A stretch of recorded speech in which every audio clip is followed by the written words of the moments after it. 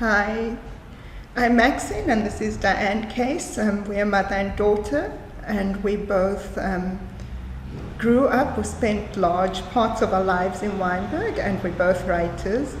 And I think as a result, Wynberg often features in our work. I know my mom is busy with a book on Wynberg right now. Mom? Yes, I'm writing about my childhood in Wynberg. It was a very different Wynberg to the Wynberg we know today. And my mother and father bought their house in Wynberg about 68 years ago. So we saw many developments. We saw the Lakshirama growing out of the soil. We knew, we lived in a tiny road called Dreyf Street. I'm sure as many people know about Wynberg, more people don't know about Dreyf Street. There were three houses actually in Dreyf Street. It's between Mars Road and Park Road, and opposite what was then the parking area of the Lakshirama. So that was our little corner. At the back of us, we lived on the corner of Dreyf Street and Mars Road. At the back of us was a big field in those days. At the far end was the stables where horses were stabled, and to the right of that was a field that was later developed into a park. It was in Bats Road, that park in Bats Road, and next to it was the wash house, where people used to come and drop off their washing in the morning and pick it up later. And we used to play there. We were aware that it was wrong, but after hours, when the wash house closed, we used to just walk there and swing on the lines, and we used to catch tadpoles where the water used to drip off the washing and little pools used to form. So yeah, that was the corner where we lived. So was that near to Mr. Bats's grave? Yes, that field and a park. His grave was a big tomb in those years, and you know, everybody, the children in the neighborhood used to play hide and seek, and some used to jump into this tomb, which was a big thing. And the rumor was that he was buried with his horse, his dog, and his snake. And his snake. Yeah, in this tomb. And there were bones and stones and things in this tomb, and it didn't seem to bother anyone. Human bones, animal bones, or just... I don't know, to us they were bones. Okay. And we, as children, we could say, well, that looks like a dog, that looks like a snake. Maybe that's the old man's head, even if it was just a stone. But today there's a gravestone there where he was... At least there was when I was growing up. I don't know if... The gravestone... Oh, the tomb was gone by then. But it was... But we should actually check if it's still there. We haven't been to that park in years. I've seen it. I've seen the gravestone. It was a big deal because it was a sort of meeting place. My mother says during the war, the rations would be delivered there. Like you would go and you'd collect your rations. I think the rations was butter, one of the things. I'm not too sure what Cod else. liver oil. She said when she was a child they used to get cod liver oil. Okay, cod liver oil too. To make them strong. Yeah. To, I think, like some vitamins, something. No, you know what, the old people used to have the saying, you must give a child cod liver oil as hy hartlywig is. Okay. So you get that? No, I don't. Yeah, they used all their oils. They used, like if a woman was presumed to be beyond a due date to give birth, they would give her a bottle of castor oil to drink. That's what they did with Uncle Wayne. Okay. And I remember my mother walking up and down Mars Road, you know, and when she came back, and her friends were there. In those days, castor oil. Babies were born at home, right? Babies nurses. were born at home, yeah. And there used to be a nurse in Wynberg. Two nurses. Yeah, and they used to come on their bicycle. The one used to come on a bicycle, and nurse's uniform, and it was excitement if you see the nurse going in and the baby's coming somewhere. So yeah, that's where we grew. And on that same field, the mobile library used to come every Friday because we were not allowed to go to the Wynberg library. Remember, it was apartheid then, so it was on the other side of the main road. And you know what, as a child I used to walk with my dad and I would stare at this library because we read a lot. My children also read a lot. Max was quite the reader. Well, I remember going to the library, so things must one have of the changed. earliest things. Yeah, But by the time. Yeah, but then we were living in Lansdowne and you went to Janet Boyle. No, but I remember Wynberg Library. I remember there was always opera playing from upstairs. Yeah. It almost had a cathedral-like feeling. You see, and it was... Although it's so ugly from the outside, if I'm allowed to say we that. didn't say that. It was all gloss and fantasy when I was Well, a it was child. very beautiful in those days. It's a bit green now, I think. Maybe apple green paint was in a special somewhere. Maybe. Yeah. So, yeah. And you went to Batswood, I went to Batswood. which was obviously, I guess, named after Mr. Bats. Yeah, you know Bats Road. Mr. Bats, his staff lived this side of Wynberg. And also, from the time of the slaves being freed, many cross-race, if you want to use race, cross-cultural people were sort of left with communities here. So a slave woman's child with a white boy, with the masters, with his sons, those children were given to families in Wynberg and they were raised this side. So as apartheid approached and as the what's the Group Areas Act, as that came into force right around Cape Town, Wynberg stood out like a sore thumb. They did not touch Wynberg. From Broad Road to South Road, from Ottery Road to Castletown Road. It was like that tiny, tiny postage stamp size pocket that was just left untouched. And it used to come up in conversation. I know my mother's sister and her family lived in Plumstead. And her husband, my aunt's husband, had been a music teacher during the non-apartheid years. And then with apartheid, they were reclassified. But of course, their families were so mixed that time. I know my mother's grandmother on the one side was Dutch, and her grandfather from her father's side was French. And the French side was a prisoner of war that escaped into the hills in Simonstown and was absorbed in the community there, who had been slaves who had been set free. And that's how they worked their way this way. And my grandfather's mother, I think, was married to a German. After that, his name was Rietmüller. So that's how they came to be in Wynberg. And that house still stands. They had taxis on the rank. And it was really, really funny. Your grandmother's house, great-grandmother. Yeah. It's in Gosport Road, opposite Batswood. I think that's what's so great about feeling rooted in a place. I travel a lot and have lived out of South Africa. And it's crazy to think that our family's roots go back to what, to the 1800s at least. Yeah. They belonged to the same church, St. John's, which I think was built around the 1830s. I think they were one of the first families.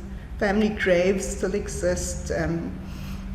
in the old cemeteries near to St. John's, or well, near to Wynberg Court, I guess. That cemetery. And so just this connection to the place is so interesting, especially when I think many of us live such transient lives, and you know, so many people have immigrated and are continuing to leave the country, and that sense of connection is really strong and special. Yeah. So, what are we talking about? What do you want to talk about? No, you need to talk about how you used to sit with your granny. Yeah, I mean, I was very lucky that I had a wonderful relationship with my grandmother, my mother's mother, who really enjoyed telling me stories of the old days. She had 9 other grandchildren, but we had a special connection because I was a reader like her, and I used to ask the questions. And when I was older, I'd write down her sayings and her recipes. So I'm very grateful that I still have that. I mean, I haven't made it since she passed away, but I would know how to make her Christmas pudding, for instance, or confit. You don't make those things. No, okay. But you can. Okay, yes, okay. And I think, you know, grandchildren have a special relationship with their grandparents. I see it with my mother. You know, I never had grandparents, not on my mother's side or my father's side.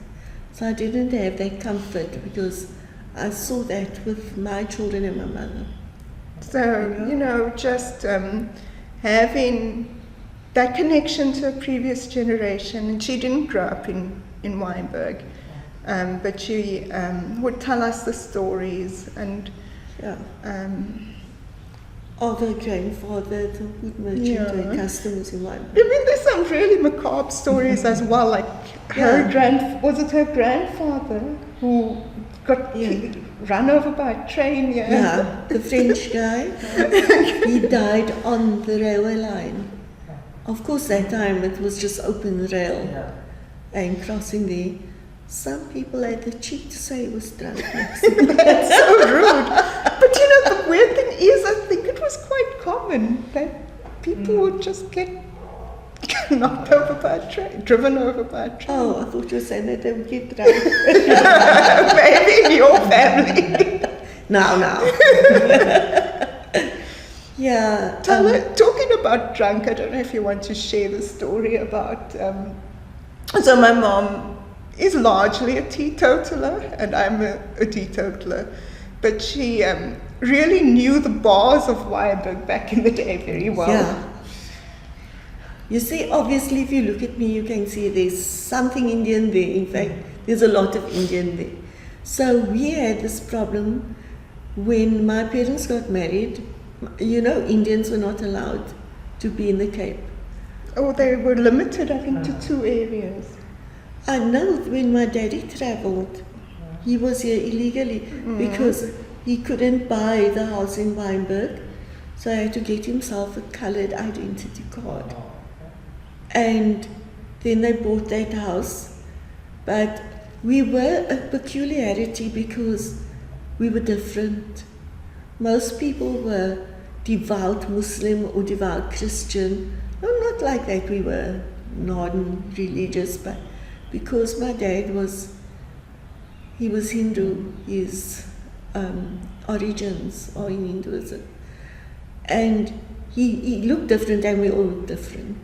So we were not like other people in that he worked away from home. He came home on a Monday evening, he left on a Wednesday morning. And I must tell you, my mother was a bridge champion. She played bridge on a Monday night, and she played bridge on a Wednesday night, sometimes on a Thursday, most often over the weekend, socially, but competitively in the week. So it was so strange for many people that as my dad walked in on a Monday, my mom walked out.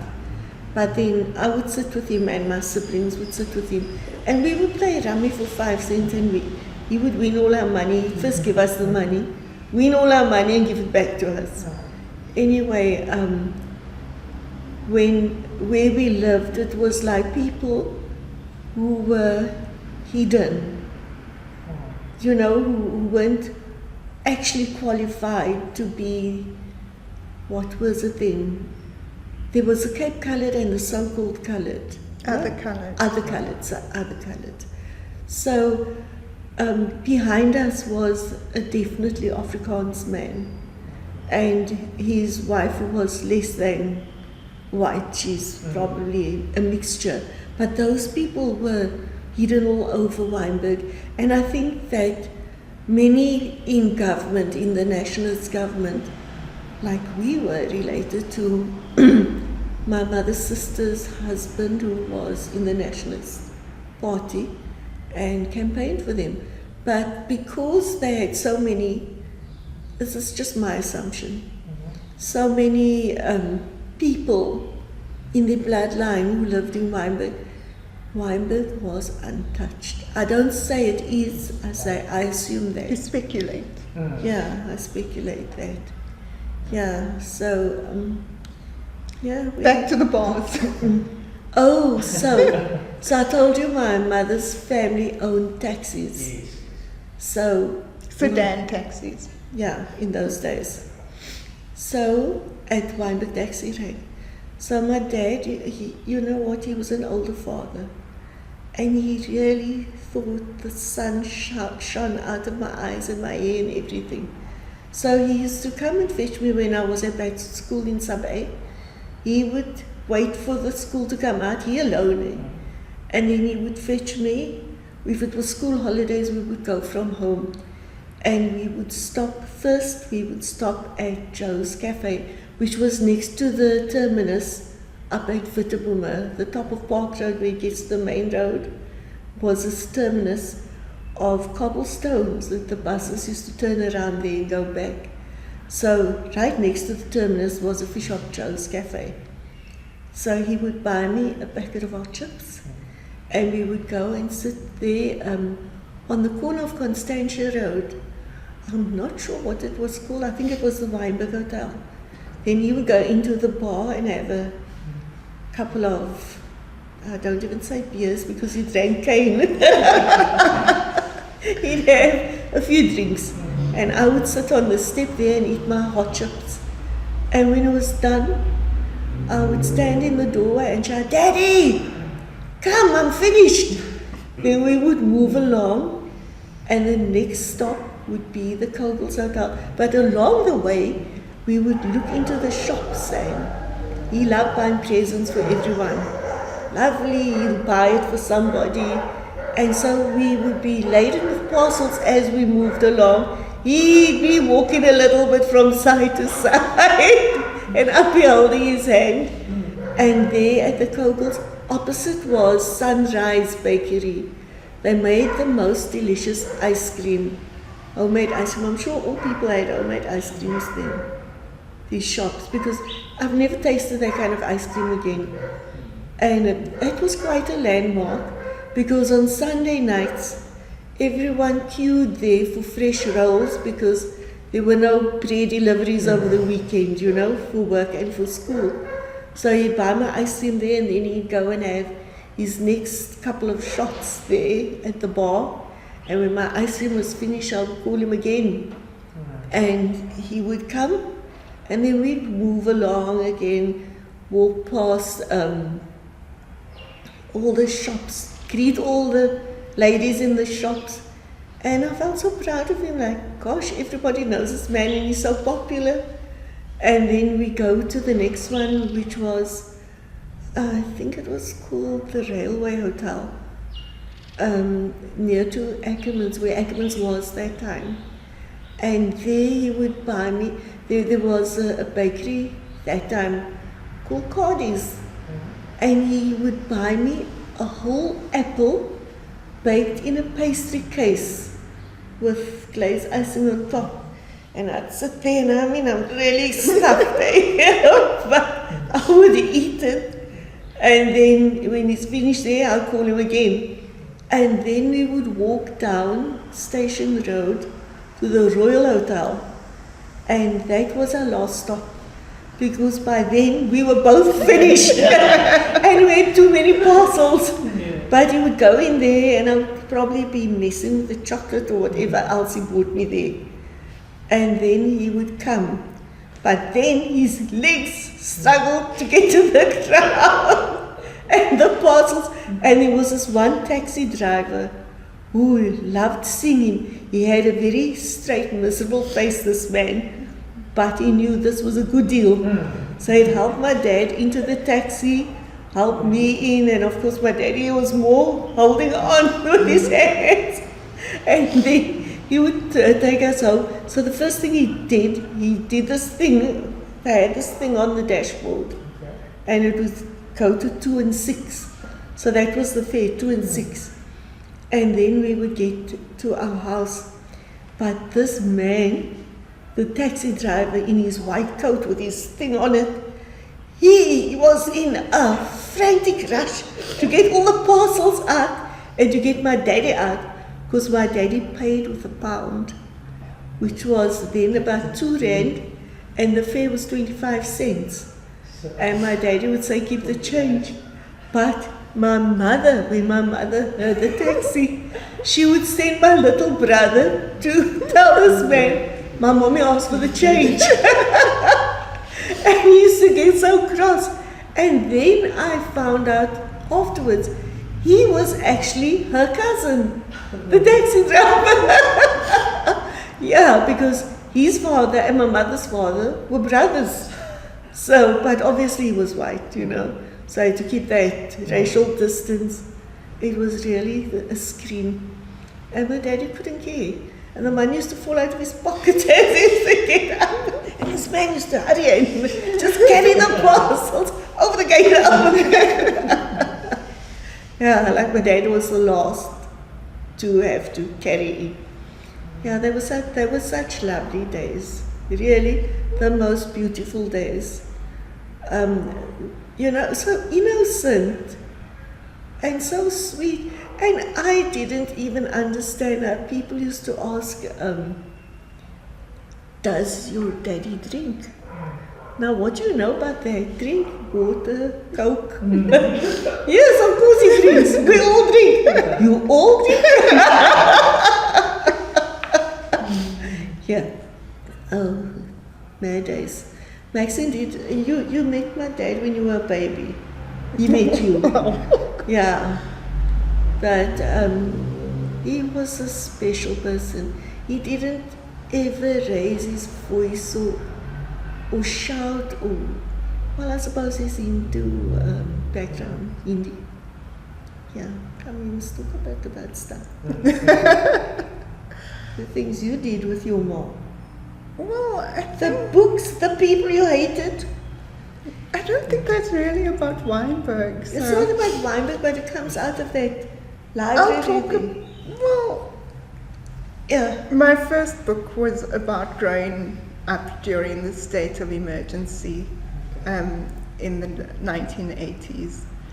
And I think it was a child's view of things that they didn't understand and things that adults didn't speak about to children. So I think we were raised to know what was happening in the world, but I think it was also a time when we didn't know what was happening because the government controlled the media, they controlled information. So we would sometimes hear about what's happening streets away from family in Canada, who would see it on their TV news. But really what struck me as a child, the discordance of seeing soldiers in the street looking for people, growing up where you'd see Caspers parked outside the school. And I think as I grew up and tried to make sense of that time, because it was a terribly insecure time as well, you know, we knew that soldiers were bad, police on the streets were bad, and you know, kids were getting arrested, detentions without trial, and trying to make sense of that. And I think Wynberg had a strong activist history, And so just really what I described was what we'd lived through and other people had lived through, and that terrible fearfulness. But I think there was also a lot of hope. But you remember the time when all the houses had lit a candle at the gate for the Wynberg 7? And I remember also the Free Mandela signs all over Wynberg. And Foster's adjuster. Oh, I remember that. On the Luxurama wall, somebody sprayed Yeah, I think Foster's adjuster. The Lux always had like the slogans. So Yeah. we But- became aware, I think, from a pretty young age. And I think I also remember the segregation that maybe people a bit younger than me wouldn't remember, like running for the trains on Witterboma Station, and knowing that if you get there late, you can't get in the first carriage because it's for whites only. I remember the whites only benches, and that really that stayed with me, because I get really frustrated when I talk to friends who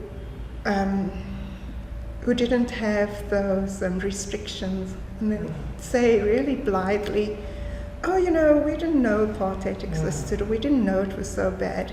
And I think I never had that privilege of not knowing, because I really knew where I could go and where I couldn't go, where I could sit and where I couldn't sit. And I think that's important to acknowledge in our country's history, this extreme hurt, and I think that it really, the inequality that exists today is rooted in that. So we've got a lot to deal with as a nation, but I think Wynberg was really a microcosm of South Africa for me. Yeah, it was largely. It's what happened beyond, and it started then. I know, yes. Well, we do go back when, when my grandparents got married. Now, you can talk about that because I don't know it as well as you do. The slave story coming in there. Yeah, I mean, we were raised, again with my ma's story, about her grandmother, who was not born a slave. She was born after slavery had ended, but just because an institution ended, the practice continued. So she was the master's child from the servant, so just a different name. And they also lived in Wynberg in, is it Wolf Street? Yeah, Wolf Street. on top. Yeah. And that man had daughters from his wife, but this girl was raised in the house. I think his wife had died by then. Yeah. So that's how she could be raised in the house. But his daughters still lived there, and this was their half-sister, but they were... Yeah, Ma they were legitimate. But Ma used to have a word for them, the Noyans. Annoyance, yeah. The thing is that... Does that mean the ladies? Yeah, the madams. The madams. They allowed her the privilege of living in the house, though they were emphatic that she would not be allowed to be educated. So she was not literate. That was sad, because when I was trying to research my family history, I found her will in the archives. So, I mean, she eventually married to Samuel, who was a wood merchant, and then moved to Grassy Park because there were lots more trees there for his business. So she was born and raised in Wynberg, but then moved. These customers were still in Wynberg. And then she would come or send her grandchildren or children to these half-sisters of hers every week to give them a cake she had baked.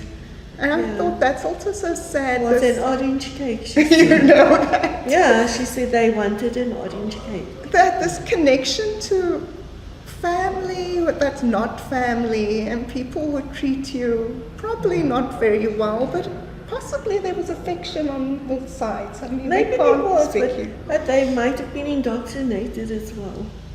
Yeah, but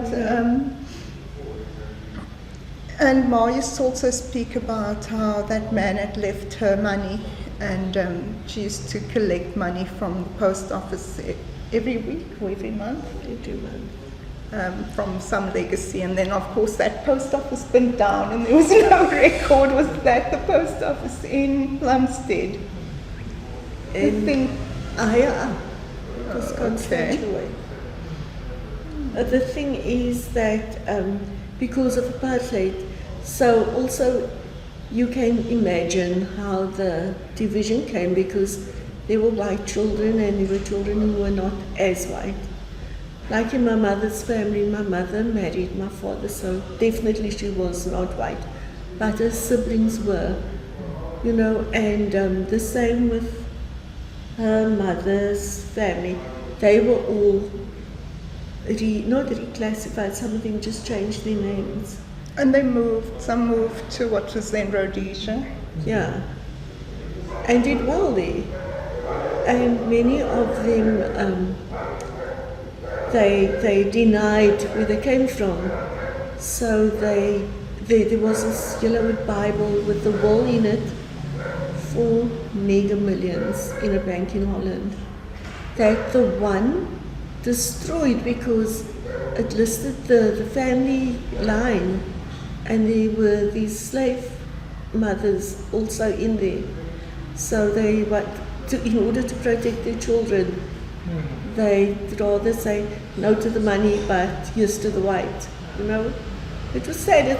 This Wynberg story is largely a part of apartheid that was never really explained or shared, because what people out there know about apartheid is the brutality.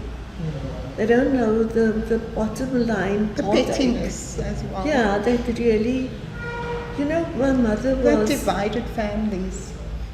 I mean, I know you've written about it in one of your books, but tell the story of going to visit Auntie Joyce.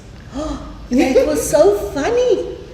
You know, my mother's sister and her elder sister, the uncle I told her about, well, they had an Afrikaans name even, and they lived in Plumstead, which is like a spit away from us in Wynberg. Yeah, we live close to the border of Wynberg and Plumstead.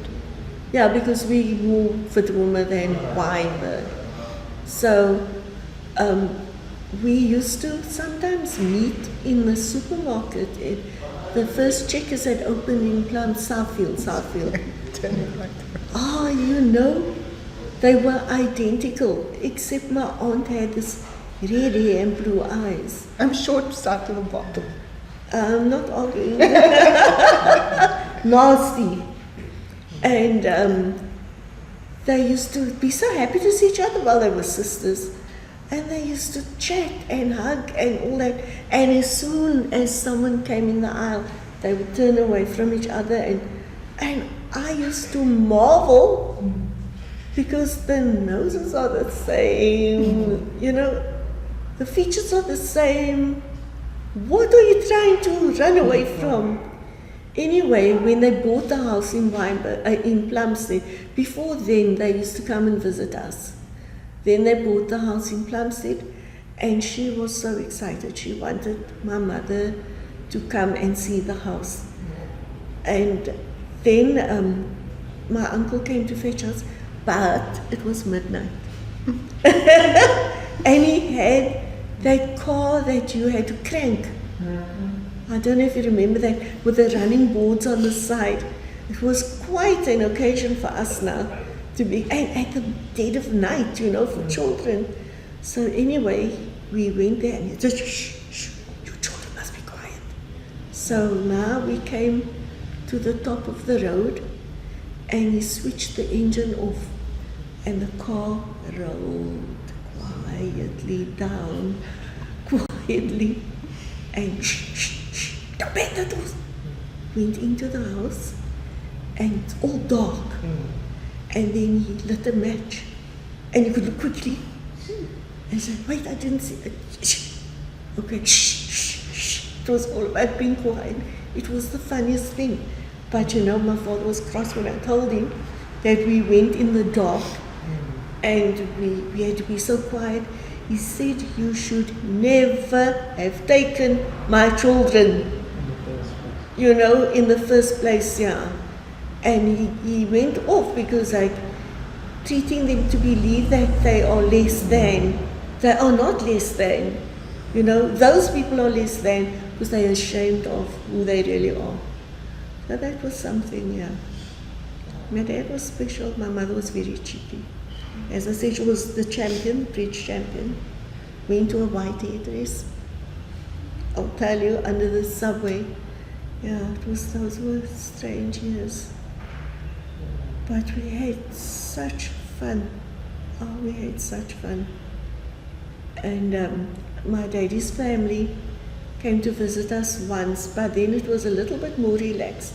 I think by then the Rylands had been built and Indian people were allowed to live in Rylands. And they came to stay. But it was like a culture enlightening for us. And this is really where we come from, you know. Which we lived this compromised life. My mother being her, my father being him. And we somewhere in between. Yeah. Well, we had a great childhood.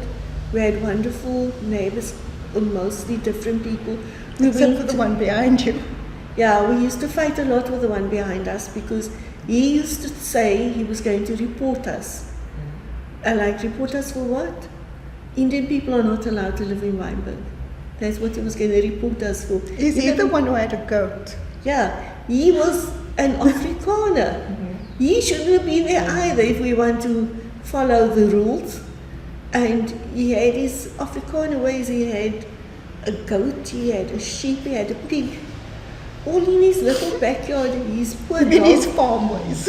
Yeah, his dog was tied to a piece of chain because I don't know if it wanted to kill the other animals or what. Yeah, strange, eh? But we lived in an old house. We lived a very privileged and protected childhood. You know, we didn't really need public transport. My dad did. We traveled to Stellenbosch. And that was sad because I used to meet him on the station and walk into the station on a Wednesday morning. Now the station would be full. Of course, he couldn't sit on the bench and he had sore legs. And he used to go from the one leg to the other leg. And when he got into the train, it was so squashed, the non-white carriages. And I always panicked that he would fall, you know, on his ride from there to Salt River where he changed to go to Stellenbosch. Very sad. But we were very famous because of the Laksharama. We saw all the shows. We always had to buy tickets for someone when the shows were sold out. So it was a playground kind of place. We knew we were in and out there. Yeah, lovely days. Was it still around when you were a child? Of course it was still around. So how long has it been closed? I don't remember. 20 odd years at least. Is it even 50 maybe? No, I think it's much more recent. Maybe 20 years, but Yeah. what's happened to it now? I see a big notice, Kismet parking. I don't know. There was a time they said it was going to be converted into a medical center. I don't know what happened. It always had that unique smell. Yeah. Just musty and seats and closed. Yeah. We used to go to the matinee shows there, and you know, through the movie suddenly you'll see a train on the screen, and then this man's tying this girl down, and then he gets up and he runs off, and she's like, "Where are you going?" He says, "I'm off to get my dairy made." He's screaming. Yeah, those were the days of family blocks and all of that.